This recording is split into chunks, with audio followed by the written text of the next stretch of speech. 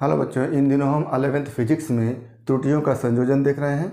तो आज हम देखेंगे कि यदि कोई भौतिक राशि किसी फार्मूले पर अन्य भौतिक राशियों पर निर्भर करती है तो उस भौतिक राशि में त्रुटियों का संयोजन कैसे होता है। यानी आज का हमारा टॉपिक होगा किसी सूत्र पर आधारित भौतिक राशि में त्रुटियों का संयोजन। इसके पहले हम गुणन एवं भाग की प्रक्रिया में त्रुटियों के संयोजन को देख चुके हैं।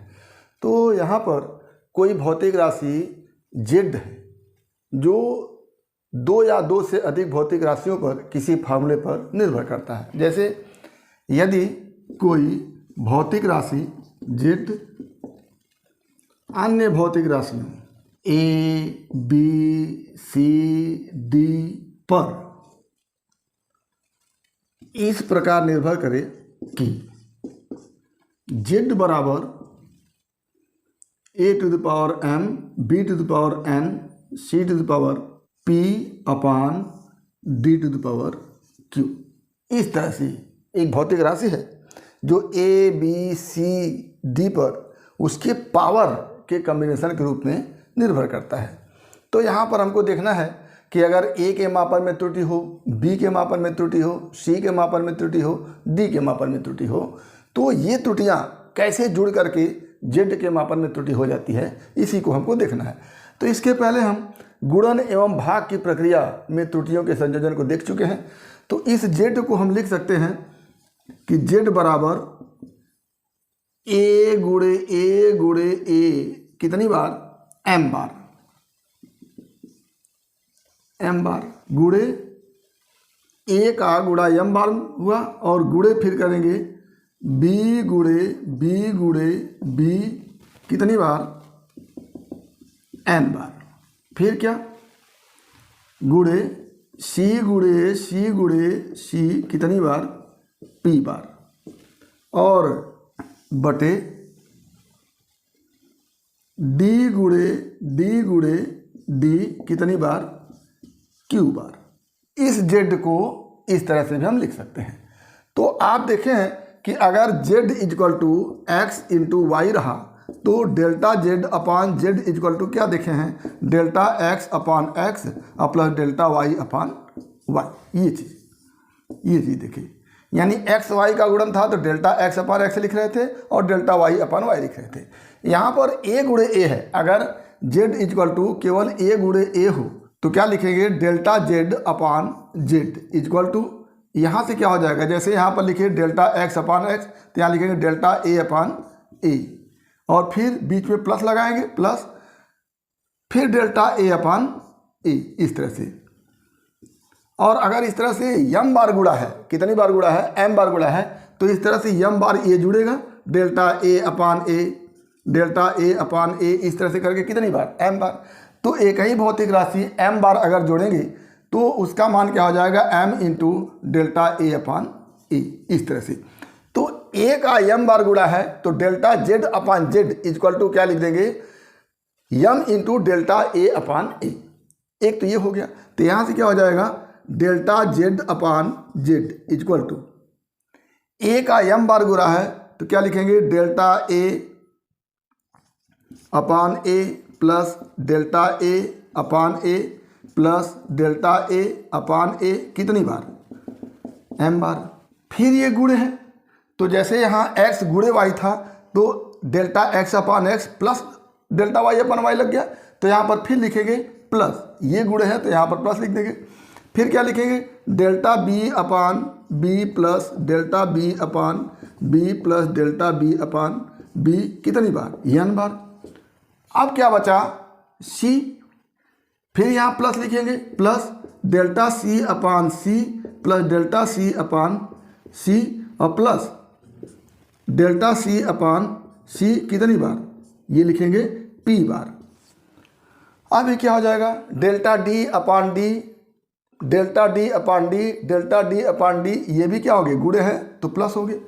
और बीचवा में अगर बटे रहता है तो इसको भागे लिखते हैं, तो चाहे भागे हो चाहे गुणे हो त्रुटियां हमेशा क्या होती है, ऐड होती हैं।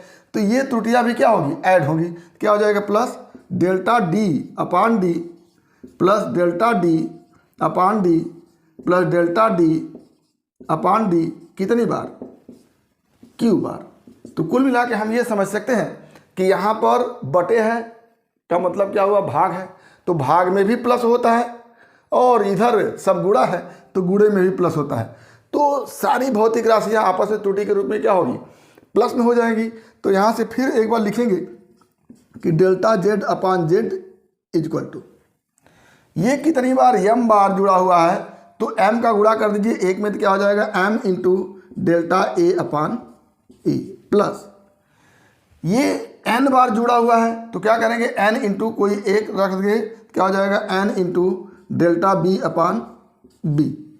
अब फिर प्लस ये p बार जोड़ा गया है तो p इंटू लिख देंगे p into delta C upon सी, और अंत में प्लस।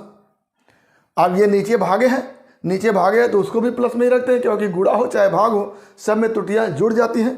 तो ये भी जुड़ेगी तो क्या हो जाएगा q into delta D upon D, क्योंकि डेल्टा डी अपान डी जो है कितनी बार जोड़ा गया है, q बार जोड़ा गया है।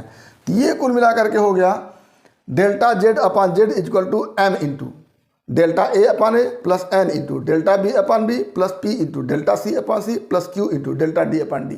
तो इस फार्मूले से आप क्या देख रहे हैं कि मापन में त्रुटि जो डेल्टा जेड अपान जेड है, या कह लें भिन्नात्मक त्रुटि डेल्टा जेड अपान जेड है, वो m गुणे a में भिन्नात्मक त्रुटि, यहाँ पर m गुणे a में भिन्नात्मक त्रुटि, फिर n गुणे b में भिन्नात्मक त्रुटि, n गुणे b में भिन्नात्मक त्रुटि, p गुणे c में भिन्नात्मक त्रुटि, p गुणे c में भिन्नात्मक त्रुटि, और फिर ये बटे है, बटे को भी चूंकि हम प्लस में ही लिखते हैं तो प्लस q गुणे d में भिन्नात्मक त्रुटि। तो ये हमारा फार्मूला एक बढ़िया से बन के आ गया ये। और अगर प्रतिशत त्रुटि निकालें तो सब में क्या करेंगे 100 से मल्टीप्लाई कर देंगे, तो क्या हो जाएगा 100 से मल्टीप्लाई यहाँ पर करेंगे तो क्या हो जाएगा जेड में प्रतिशत त्रुटि बराबर m गुणे a में प्रतिशत त्रुटि प्लस n गुणे b में प्रतिशत त्रुटि प्लस p गुणे c में प्रतिशत त्रुटि प्लस q गुणे d में प्रतिशत त्रुटि। तो ये एक फार्मूला और बन गया है प्रतिशत त्रुटि का, और ये फार्मूला बन गया भिन्नात्मक त्रुटि का। तो आप क्या देख रहे हैं कि जितने पावर है वो पावर क्या हो रहा है फ्रैक्शनल त्रुटि में भिन्नात्मक त्रुटि में गुणा कर दे रहे हैं। m पावर है तो m गुणे a का भिन्नात्मक त्रुटि, n पावर है तो n गुणे b का भिन्नात्मक त्रुटि, p पावर है तो p गुणे c का भिन्नात्मक त्रुटि, और बटे में जो है वो भी प्लस बन के आएगा तो q पावर है तो q गुणे d में भिन्नात्मक त्रुटि। ये हो गया। अब बिल्कुल उसी तरह से m गुणे a में प्रतिशत त्रुटि, n गुणे b में प्रतिशत त्रुटि, p गुणे c में प्रतिशत त्रुटि और q गुणे d में प्रतिशत त्रुटि। तो इस तरह से कोई भौतिक राशि z है वो अनेक भौतिक राशियों के पावर पर अगर निर्भर करती है तो भिन्नात्मक त्रुटि का फार्मूला इस तरह से होगा और प्रतिशत त्रुटि का फार्मूला इस तरह से होगा। तो ये आज हमारा रहा कोई भौतिक राशि z है जो अन्य भौतिक राशियों पर किसी फार्मूले पर निर्भर करता है, किसी सूत्र पर निर्भर करता है, तो z में जो प्रतिशत त्रुटि होगी या भिन्नात्मक त्रुटि होगी इन दोनों फार्मूले से आप उसको देख सकते हैं। आज एक चीज़ और बता दें कि जैसे अगर कोई भौतिक राशि किसी यंत्र से मापी जाती है, कोई भौतिक राशि किसी यंत्र से मापी जाती है तो मापन में जो त्रुटि होती है वो अल्पतमांक के बराबर होती है। जैसे एक भौतिक राशि लंबाई है उसको हम स्क्रू गेज से माप रहे हैं, और अगर स्क्रू गेज से माप रहे हैं तो उसके मापन में जो त्रुटि होगी वो स्क्रू गेज के अल्पतमांक 0.001 सेंटीमीटर के बराबर होगी। तो अगर आपसे पूछ दिया जाता है कि किसी भौतिक राशि का मापन स्क्रू गेज से किया जाता है तो उसमें मापन में त्रुटि क्या हो जाएगी, तो उसके अल्पतमांक के बराबर मापन में त्रुटि होगी, और ये त्रुटि निरपेक्ष त्रुटि होगी। उसके बाद सापेक्ष त्रुटि निकालने के लिए उसके अल्पतमांक में उसके वास्तविक मान से आप क्या करेंगे, डिवाइड करेंगे। तो सवाल इस पर भी बनते हैं कि किसी भौतिक राशि को इस मापक यंत्र द्वारा मापा गया है जिसका अल्पतमांक इतना है, तो मापन में निरपेक्ष त्रुटि क्या होगी, तो जो उस यंत्र का अल्पतमांक होगा वही क्या हो जाएगा, मापन में निरपेक्ष त्रुटि हो जाएगा।